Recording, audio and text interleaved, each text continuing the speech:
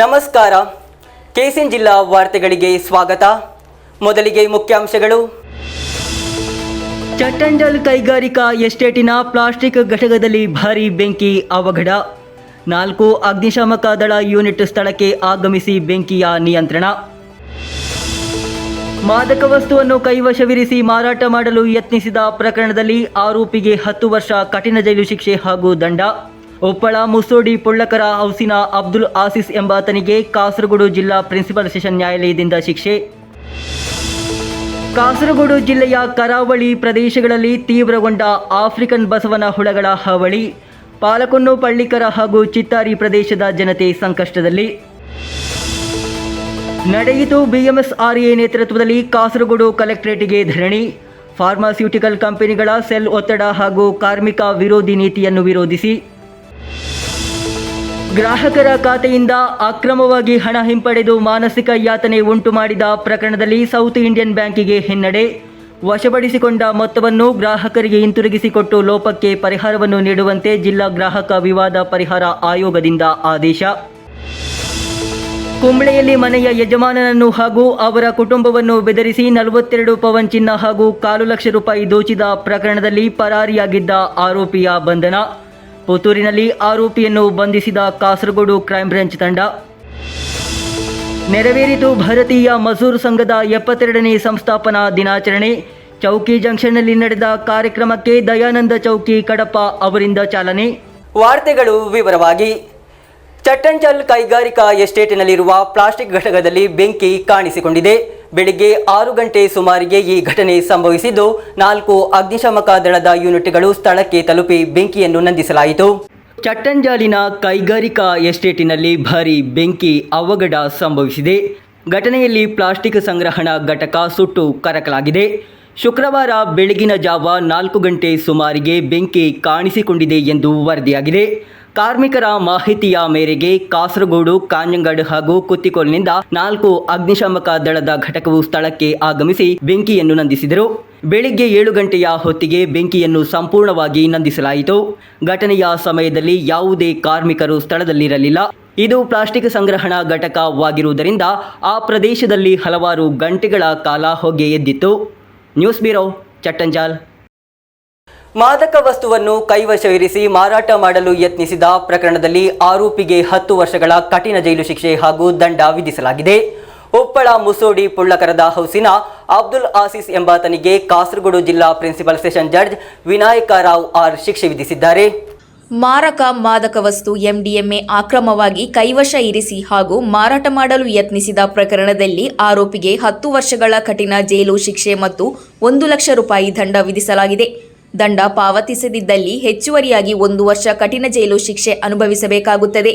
ಉಪ್ಪಳ ಮುಸೋಡಿ ಪುಳ್ಳಕರ ಹೌಸಿನ ಅಬ್ದುಲ್ ಅಜೀಜ್ಗೆ ಕಾಸರಗೋಡು ಜಿಲ್ಲಾ ಪ್ರಧಾನ ಸತ್ರ ನ್ಯಾಯಾಧೀಶ ವಿನಾಯಕ ರಾವ್ ಆರ್ ಶಿಕ್ಷೆ ವಿಧಿಸಿದ್ದಾರೆ. ಮಾರ್ಚ್ 9, 2024ರಂದು ಸಂಜೆ ಕುಂಜತ್ತೂರು ಗ್ರಾಮದಲ್ಲಿ ಅಬ್ದುಲ್ ಅಜೀಜ್ ಅನ್ನು 63 ಗ್ರಾಂ MDMA ಜೊತೆ ಮಂಜೇಶ್ವರ ಪೊಲೀಸರು ಬಂಧಿಸಿದ್ದಾರೆ. ಮಾರಾಟಕ್ಕಾಗಿ ಮಾದಕ ವಸ್ತುವನ್ನು ಸಂಗ್ರಹಿಸಲಾಗುತ್ತಿದೆ ಎಂಬ ಸುಳಿವು ದೊರೆತ ಬಳಿಕ ಶೋಧ ನಡೆಸಲಾಯಿತು. ಮಂಜೇಶ್ವರ ಪೊಲೀಸ್ ಠಾಣೆಯ ಇನ್ಸ್ಪೆಕ್ಟರ್ ಟೋಲ್ಸನ್ P. ಜೋಸೆಫ್ ಪ್ರಕರಣ ದಾಖಲಿಸಿದ್ದಾರೆ. ತನಿಖೆಯನ್ನು ಪೂರ್ಣಗೊಳಿಸಿದ ಬಳಿಕ ಮಂಜೇಶ್ವರದ ಇನ್ಸ್ಪೆಕ್ಟರ್ ಆಗಿದ್ದ ಅನೂಪ್ ಕುಮಾರ್ E. ಆರೋಪ ಪಟ್ಟಿ ಸಲ್ಲಿಸಿದ್ದಾರೆ. ಪ್ರಾಸಿಕ್ಯೂಷನ್ ಪರವಾಗಿ ಜಿಲ್ಲಾ public prosecutor advocate Venugopalan P. ವಾದ ಮಂಡಿಸಿದರು. News bureau, Kasaragod. ಕಾಸರಗೋಡು ಜಿಲ್ಲೆಯ ಕರಾವಳಿ ಪ್ರದೇಶಗಳಲ್ಲಿ ಆಫ್ರಿಕನ್ ಬಸವನ ಹುಳಗಳ ಹಾವಳಿ ತೀವ್ರವಾಗಿ ಕಂಡುಬರುತ್ತಿದೆ. ಪಾಲಕೊನ್ನು, ಪಳ್ಳಿಕರ ಹಾಗೂ ಚಿತ್ತಾರಿಯಂತಹ ಪ್ರದೇಶಗಳಲ್ಲಿ ಬಸವನ ಹುಳಗಳ ಹಾವಳಿ ತೀವ್ರಗೊಂಡಿದೆ. ಕರಾವಳಿ ಪ್ರದೇಶವು ಆಫ್ರಿಕನ್ ಬಸವನ ಹುಳುಗಳ ತೀವ್ರ ಬಾಧೆಯನ್ನು ಎದುರಿಸುತ್ತಿದೆ. ಪಾಲಕುನ್ನು, ಪಳ್ಳಿಕರ, ಮಿತ್ತಲ್ ಮವ್ವಲ್, ಕರುವಂಗೋಡು, ಮವ್ವಲ್ ಮಕಂಬಳಿ, ಪಳ್ಳತ್ತಿಲ್, ಚಿತ್ತಾರಿ, ಕೋಟಿಕುಳಂ ರೈಲು ನಿಲ್ದಾಣದ ಸುತ್ತಮುತ್ತಲಿನ ಪ್ರದೇಶಗಳಲ್ಲಿ ಬಸವನ ಹುಳುಗಳ ತೀವ್ರ ಬಾಧೆಯನ್ನು ಎದುರಿಸುತ್ತಿದೆ.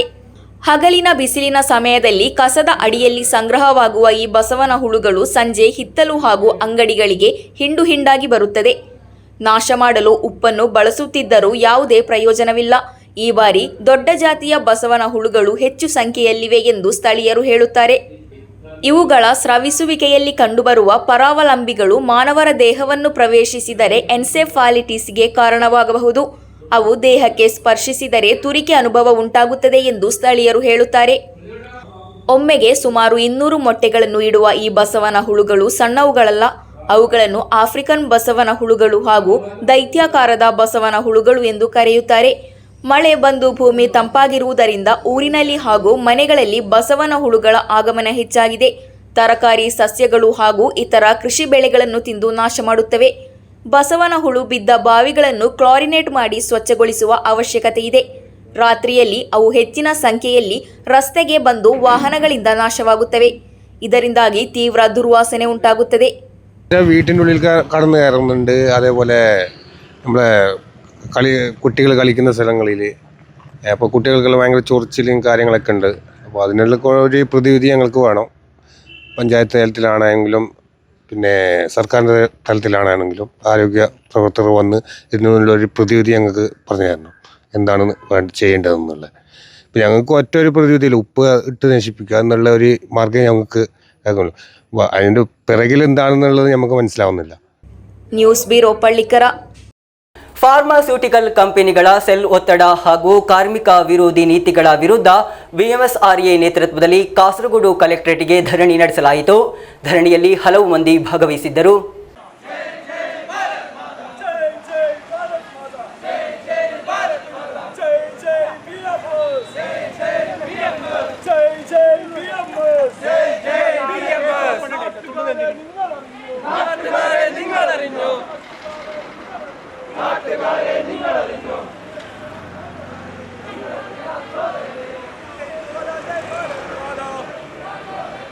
ಫಾರ್ಮಾಸ್ಯೂಟಿಕಲ್ ಕಂಪನಿಯಲ್ಲಿ ವೈದ್ಯಕೀಯ ಪ್ರತಿನಿಧಿಯಾಗಿ ಕೆಲಸ ಮಾಡುತ್ತಿದ್ದ ತಿರುವನಂತಪುರ ನಿವಾಸಿ ಮಿಥುನ್ ಅವರ ಸಾವಿಗೆ ಸಂಬಂಧಿಸಿದ ಘಟನೆಯ ಬಗ್ಗೆ ಸಮಗ್ರ ತನಿಖೆ ನಡೆಸಬೇಕೆಂದು ಬಿಎಂಎಸ್ಆರ್ಎ ರಾಜ್ಯ ಪ್ರಧಾನ ಕಾರ್ಯದರ್ಶಿ ಉಪೇಂದ್ರ ಕೆ ಒತ್ತಾಯಿಸಿದರು. ಘಟನೆಯ ನಿಜವಾದ ಕಾರಣಗಳನ್ನು ಕಂಡುಹಿಡಿಯಲು ಘಟನೆಯ ಎಲ್ಲ ಅಂಶಗಳನ್ನು ವಿವರವಾಗಿ ತನಿಖೆ ಮಾಡಬೇಕು. ಕಾರ್ಮಿಕರ ಹಕ್ಕುಗಳು ಹಾಗೂ ಮಾನಸಿಕ ಆರೋಗ್ಯವನ್ನು ರಕ್ಷಿಸಲು ಅಗತ್ಯ ಕ್ರಮಗಳನ್ನು ತೆಗೆದುಕೊಳ್ಳಬೇಕೆಂದು ಅವರು ಹೇಳಿದರು. ಇಂತಹ ಘಟನೆಗಳು ಮರುಕಳಿಸದಂತೆ ತಡೆಯಲು ಈ ವಲಯದಲ್ಲಿನ ನೌಕರರು ಎದುರಿಸುತ್ತಿರುವ ಕೆಲಸದ ಹೊರೆ, ಗುರಿ ಆಧಾರಿತ ಒತ್ತಡ ಹಾಗೂ ನಿರ್ವಹಣಾ ವಿಧಾನಗಳ ಕುರಿತು ಸಮಗ್ರ ಅಧ್ಯಯನ ನಡೆಸಬೇಕು. ಕೆಲಸದ ಸ್ಥಳದಲ್ಲಿ ನೌಕರರ ಮಾನಸಿಕ ಆರೋಗ್ಯದ ಮೇಲೆ ಹೆಚ್ಚಿನ ಒತ್ತು ನೀಡಬೇಕು. ದೂರುಗಳನ್ನು ಸುರಕ್ಷಿತವಾಗಿ ವರದಿ ಮಾಡಲು ಕಾರ್ಯವಿಧಾನಗಳನ್ನು ಸ್ಥಾಪಿಸಬೇಕೆಂದು ಅವರು ಆಗ್ರಹಿಸಿದರು. ധർണാ സമരത്തിൽ നമ്മൾ ആവശ്യപ്പെടുന്നത് നമ്മളെല്ലാ കമ്പനികൾക്കും ഫാർമ മേഖലയിൽ പ്രവർത്തിക്കുന്ന എല്ലാ കമ്പനികൾക്കും കൃത്യമായും BMSRയുടെ നേതൃത്വത്തിൽ നാം ലെറ്റർ അയക്കുകയാണ്. മെഡിക്കൽ റെപ്രസെന്റേറ്റീവ്മാരെ തൊഴിലാളികളായി മനുഷ്യന്മാരായി കണ്ടുകൊണ്ട് അവർ ജോലി സമയം നിർവഹിച്ചുകൊണ്ട് ജോലി കഴിഞ്ഞ് വീട്ടിലെത്തിയാൽ അവർക്കും കുടുംബങ്ങളുണ്ട്, ഭാര്യമാരുണ്ട്, മക്കളുണ്ട്, അച്ഛനുണ്ട്, അമ്മയുണ്ട്. ഇന്ന് നമുക്ക് 24 മണിക്കൂർ ജോലി ചെയ്താലും ടാർഗറ്റ് ആയില്ലെങ്കിൽ അതിന്റെ പ്രശ്നം. ടാർഗറ്റ് ആയിട്ടില്ലെങ്കിൽ കമ്പനിയുടെ റിവ്യൂ മീറ്റിംഗ് 2 ദിവസം 3 ദിവസം റിവ്യൂ മീറ്റിംഗ്. ഇന്നിപ്പോ നമുക്കറിയാം, കഴിഞ്ഞ ഒരു വർഷത്തിൽ ഭാരതത്തില് 5ഓളം പേരാണ് ഈ ഒരു വിഷയം മൂലം ആത്മഹത്യ ചെയ്യുന്നത് തന്നെ.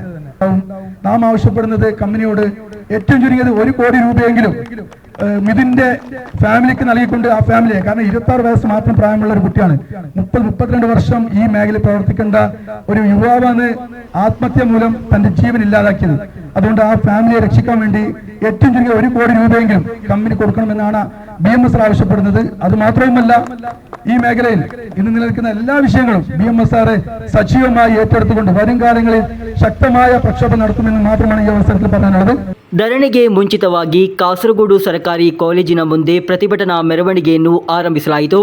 ಬಿಎಂಎಸ್ ಜಿಲ್ಲಾ ಕಾರ್ಯದರ್ಶಿ ಕೆವಿ ಬಾಬು, ಜೊತೆ ಕಾರ್ಯದರ್ಶಿಗಳಾದ ದಿನೇಶ್ ಪಿ, ಹರೀಶ್ ಸಿದ್ದಿಬೈಲ್, ಬಿಎಂಎಸ್ ಕಾಸರಗೋಡು ಪ್ರಾದೇಶಿಕ ಕಾರ್ಯದರ್ಶಿ ಬಾಬು ಮೋಹನ್ ಚೆಂಗಳ ಮುಂತಾದವರು ಧರಣಿಗೆ ಬೆಂಬಲ ಸೂಚಿಸಿ ಮಾತನಾಡಿದರು. ಬಿಎಂಎಸ್ಆರ್ಎ ರಾಜ್ಯ ಕಾರ್ಯದರ್ಶಿ ಮನೀಶ್ ಬಿ, ಜಿಲ್ಲಾ ಪದಾಧಿಕಾರಿಗಳಾದ Arun B, Raviprasad S, Bharat Raj, Yogesh K, Anil Kumar, Vikil Das, Nikhil Narayan ಧರಣಿಗೆ ನೇತೃತ್ವ ನೀಡಿದರು. ಬಿಎಂಎಸ್ಆರ್ಎ ಜಿಲ್ಲಾಧ್ಯಕ್ಷ ತೇಜಸ್ ಕೆ ಅಧ್ಯಕ್ಷತೆ ವಹಿಸಿದರು. ಬಿಎಂಎಸ್ಆರ್ಎ ಜಿಲ್ಲಾ ಕಾರ್ಯದರ್ಶಿ ಶರತ್ ಕುಮಾರ್ ಕೆಎಸ್ ಸ್ವಾಗತಿಸಿ, ಜಿಲ್ಲಾ ಸಮಿತಿ ಸದಸ್ಯ ಶ್ರೀನಾಥ್ ಪಾಯಚಾಳ್ ಧನ್ಯವಾದವಿತ್ತರು. News bureau, Kasaragod. ಗ್ರಾಹಕರ ಖಾತೆಯಿಂದ ಅಕ್ರಮವಾಗಿ ಹಣ ಪಡೆದು ಮಾನಸಿಕ ಯಾತನೆ ಉಂಟು ಮಾಡಿದ ಪ್ರಕರಣದಲ್ಲಿ ಸೌತ್ ಇಂಡಿಯನ್ ಬ್ಯಾಂಕಿಗೆ ಹಿನ್ನಡೆಯಾಗಿದೆ. ಸೀತಂಗೋಳಿ ಶಾಖೆಯಿಂದ ವಶಪಡಿಸಿಕೊಂಡ ಮೊತ್ತವನ್ನು ಗ್ರಾಹಕರಿಗೆ ಹಿಂತಿರುಗಿಸುವುದರೊಂದಿಗೆ ಲೋಪಕ್ಕೆ ಪರಿಹಾರವನ್ನು ನೀಡುವಂತೆ ಜಿಲ್ಲಾ ಗ್ರಾಹಕ ವಿವಾದ ಪರಿಹಾರ ಆಯೋಗವು ಆದೇಶ ನೀಡಿದೆ.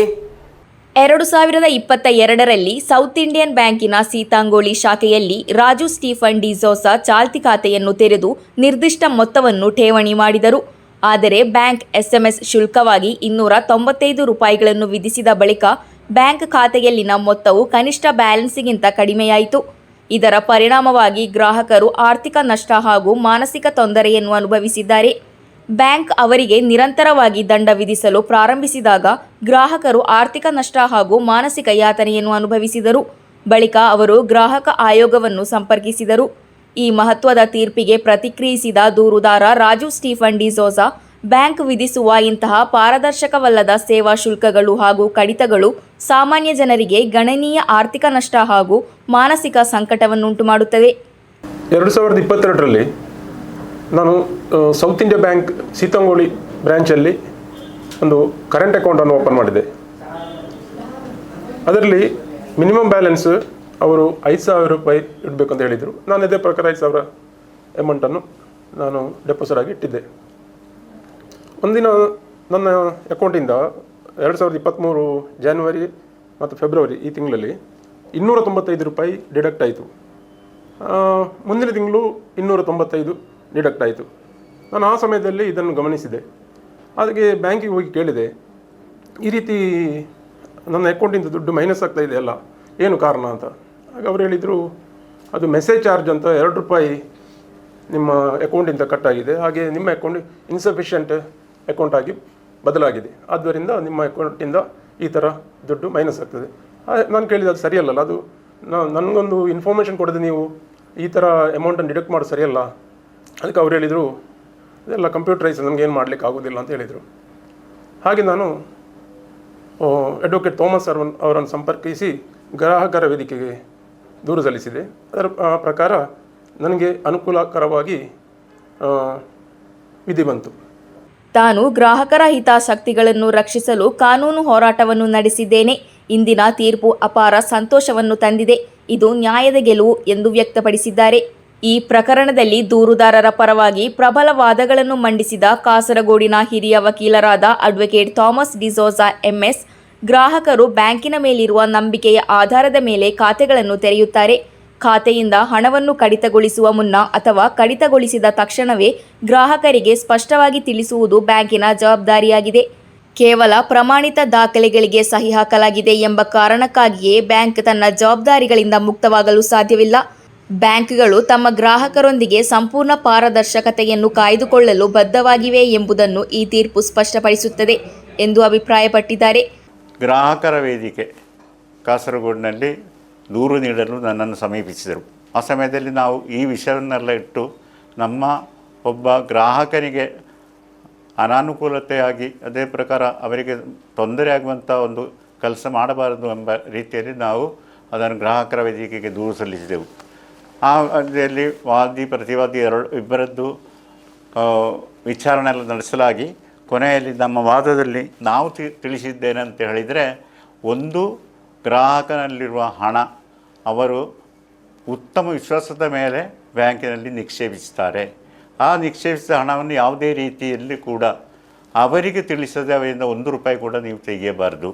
ಅದಕ್ಕೆ ಅವರ ಪ್ರತಿವಾದದಲ್ಲಿ ಅವರು ಹೇಳಿದ್ದೇನಂತ ಹೇಳಿದರೆ, ಅವರು ಸುಮಾರು ಬ್ಯಾಂಕಿನಲ್ಲಿ ಖಾತೆ ಹೊಂದಿ ಅನುಭವಿಸ್ತರು. ಅಷ್ಟು ಮಾತ್ರ ಅಲ್ಲ, ಅವರು ಈ ಖಾತೆ ತೆರೆಯುವಾಗ ಬೇಕಾದಂಥ ಎಲ್ಲ ಅಗ್ರಿಮೆಂಟನ್ನು ಅವರು ದಸ್ಕತ್ ಹಾಕಿ ಕೊಟ್ಟಿದ್ದಾರೆ ಅಂತ. ಆಗ ನಮ್ಮ ವಾದ ಹೀಗಿತ್ತು, ಅವರು ಯಾವ ಅಗ್ರಿಮೆಂಟಿಗೆ ಸಹಿ ತೆಗೆಯುವುದಾದರೂ ಅದಕ್ಕೆ ಕಾನೂನಿನ ವ್ಯಾಪ್ತಿಯಲ್ಲಿ ಅದು ನಿಲ್ಲುವುದಿಲ್ಲ, ಯಾಕೆಂದರೆ ಅದು ಶಾಸನ ಅಲ್ಲ. ಪಕ್ಷಗಳ ವಾದಗಳನ್ನು ಕೇಳಿದ ಬಳಿಕ ಆಯೋಗವು ವಿಧಿಸಲಾಗಿದ್ದ ಮೊತ್ತವನ್ನು ಮರುಪಾವತಿಸುವಂತೆ ಹಾಗೂ ಅದರೊಂದಿಗೆ ದೂರುದಾರರಿಗೆ ಮಾನಸಿಕ ವೇದನೆಗೆ ಪರಿಹಾರ, ನ್ಯಾಯಾಲಯದ ವೆಚ್ಚವನ್ನು ಪಾವತಿಸುವಂತೆ ಬ್ಯಾಂಕಿಗೆ ಆದೇಶಿಸಿತು. Abdul Rahman Udyavar, news bureau, Manjeshwar.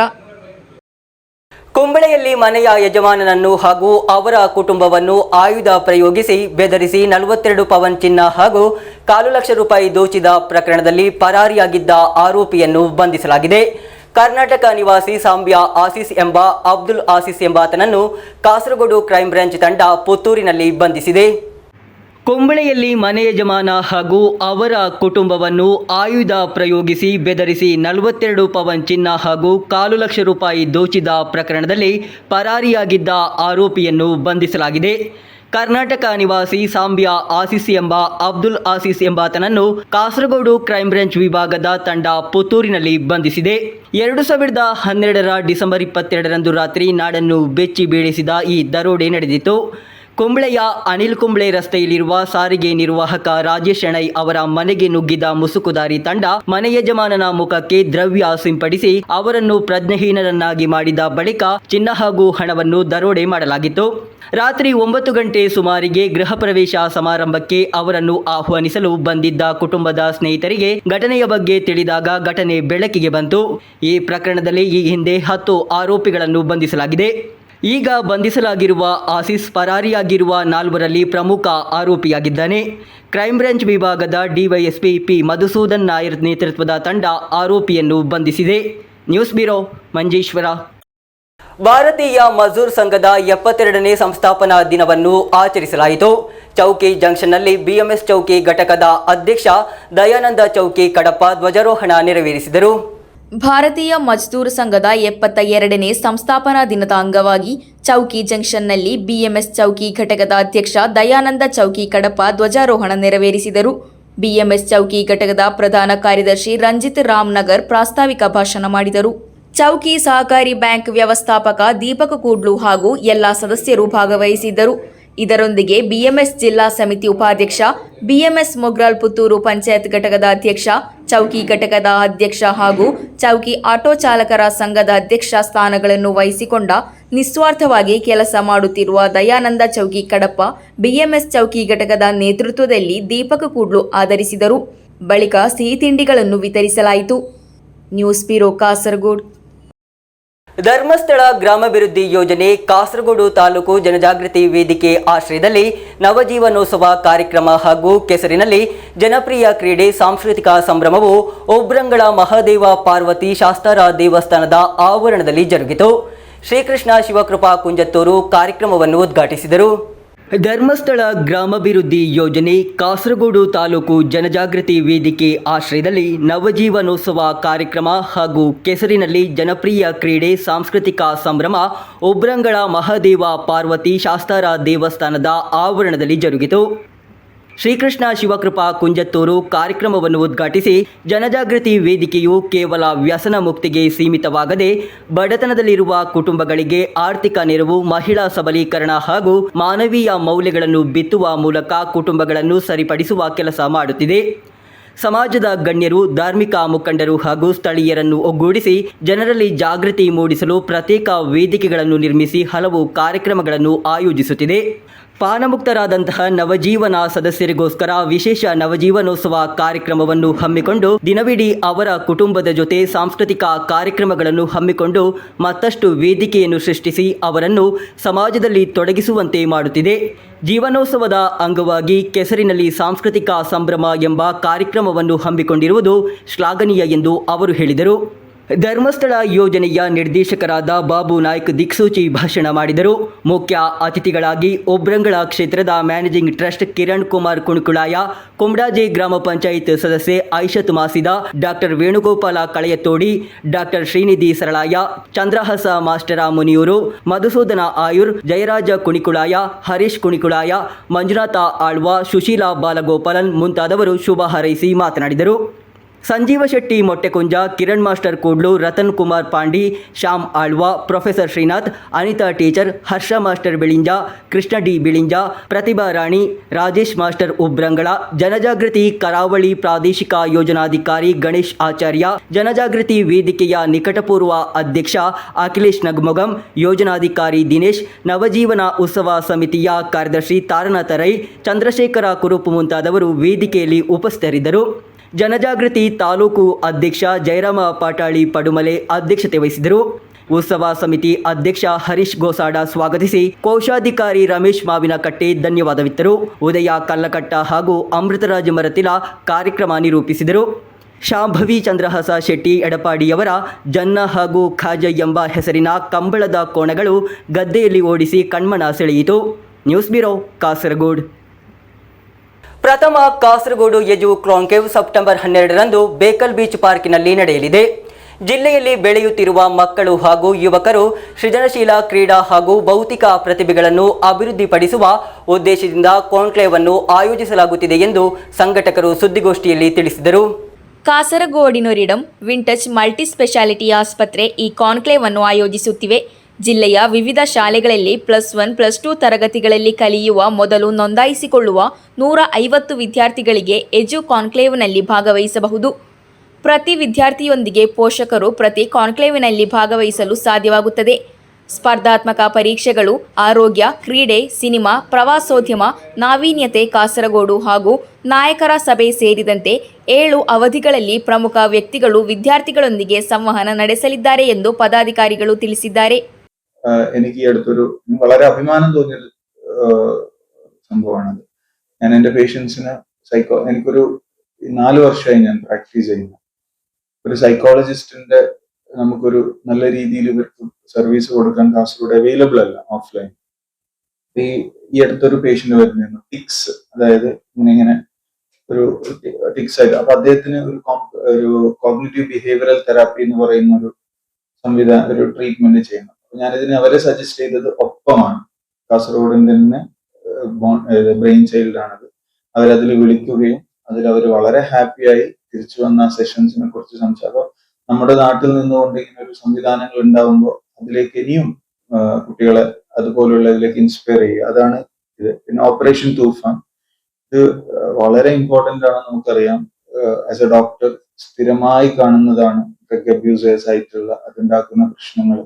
പലപ്പോഴും നമ്മുടെ കുട്ടികളുടെ ഇടയിൽ എത്രത്തോളം ഇത് ഡെപ്തിലേക്ക് ഇറങ്ങിയിട്ടുണ്ടെന്ന് നമുക്കറിയാം. അപ്പൊ അതിനെക്കുറിച്ചും കൂടി, പിന്നെ സമാപന പരിപാടിയിൽ നമ്മുടെ ഒരു സെഷൻ MLA-മാരുമായിട്ടുള്ള കാസർഗോഡിന്റെ രാഷ്ട്രീയവും കാസർഗോഡിന്റെ ഫ്യൂച്ചറും ഡിസ്കസ് ചെയ്യുന്ന ഒരു സെഷൻ, അവസാന പരിപാടി. ഇങ്ങനെ 8 സെഷനായിട്ടാണ് നമ്മൾ ഇതിനെക്കുറിച്ച് പരിപാടി സംഘടിപ്പിക്കാൻ ആഗ്രഹിക്കുന്നത്. ಕಾಸರಗೋಡು ಎಜು ಕಾನ್ಕ್ಲೇವ್ ಅಧ್ಯಕ್ಷ ಡಾಕ್ಟರ್ ಮುಹಮ್ಮದ್ ಶಮೀಂ ಕಟ್ಟತ್ತಡುಕ, ಸಂಘಟನಾ ಕಾರ್ಯದರ್ಶಿ ಜುಬೈರ್, ಸಂಘಟನಾ ಸಮಿತಿಯ ಪ್ರತಿನಿಧಿ ಗೌತಮ್ NC, ಡಾಕ್ಟರ್ ನಫೀಸತ್ ಹಲೀನಾ, ಫಾತಿಮತ್ ಶಮ್ನಾ ಸುದ್ದಿಗೋಷ್ಠಿಯಲ್ಲಿ ಭಾಗವಹಿಸಿದ್ದರು. News bureau Kasaragod. ಕೊನೆಯಲ್ಲಿ ಮತ್ತೊಮ್ಮೆ ಮುಖ್ಯಾಂಶಗಳು. ಚಟ್ಟಂಜಲ್ ಕೈಗಾರಿಕಾ ಎಸ್ಟೇಟಿನ ಪ್ಲಾಸ್ಟಿಕ್ ಘಟಕದಲ್ಲಿ ಭಾರೀ ಬೆಂಕಿ ಅವಘಡ. 4 ಅಗ್ನಿಶಾಮಕ ದಳ ಯೂನಿಟ್ ಸ್ಥಳಕ್ಕೆ ಆಗಮಿಸಿ ಬೆಂಕಿಯ ನಿಯಂತ್ರಣ. ಮಾದಕ ವಸ್ತುವನ್ನು ಕೈವಶವಿರಿಸಿ ಮಾರಾಟ ಮಾಡಲು ಯತ್ನಿಸಿದ ಪ್ರಕರಣದಲ್ಲಿ ಆರೋಪಿಗೆ 10 ವರ್ಷ ಕಠಿಣ ಜೈಲು ಶಿಕ್ಷೆ ಹಾಗೂ ದಂಡ. ಉಪ್ಪಳ ಮುಸೋಡಿ ಪೊಳ್ಳಕರ ಹೌಸಿನ ಅಬ್ದುಲ್ ಆಸಿಸ್ ಎಂಬಾತನಿಗೆ ಕಾಸರಗೋಡು ಜಿಲ್ಲಾ ಪ್ರಿನ್ಸಿಪಲ್ ಸೆಷನ್ ನ್ಯಾಯಾಲಯದಿಂದ ಶಿಕ್ಷೆ. ಕಾಸರಗೋಡು ಜಿಲ್ಲೆಯ ಕರಾವಳಿ ಪ್ರದೇಶಗಳಲ್ಲಿ ತೀವ್ರಗೊಂಡ ಆಫ್ರಿಕನ್ ಬಸವನ ಹುಳಗಳ ಹಾವಳಿ. ಪಾಲಕೊನ್ನು, ಪಳ್ಳಿಕರ ಹಾಗೂ ಚಿತ್ತಾರಿ ಪ್ರದೇಶದ ಜನತೆ ಸಂಕಷ್ಟದಲ್ಲಿ. ನಡೆಯಿತು BMSRA ನೇತೃತ್ವದಲ್ಲಿ ಕಾಸರಗೋಡು ಕಲೆಕ್ಟರೇಟ್ಗೆ ಧರಣಿ. ಫಾರ್ಮಾಸ್ಯೂಟಿಕಲ್ ಕಂಪನಿಗಳ ಸೆಲ್ ಒತ್ತಡ ಹಾಗೂ ಕಾರ್ಮಿಕ ವಿರೋಧಿ ನೀತಿಯನ್ನು ವಿರೋಧಿಸಿ.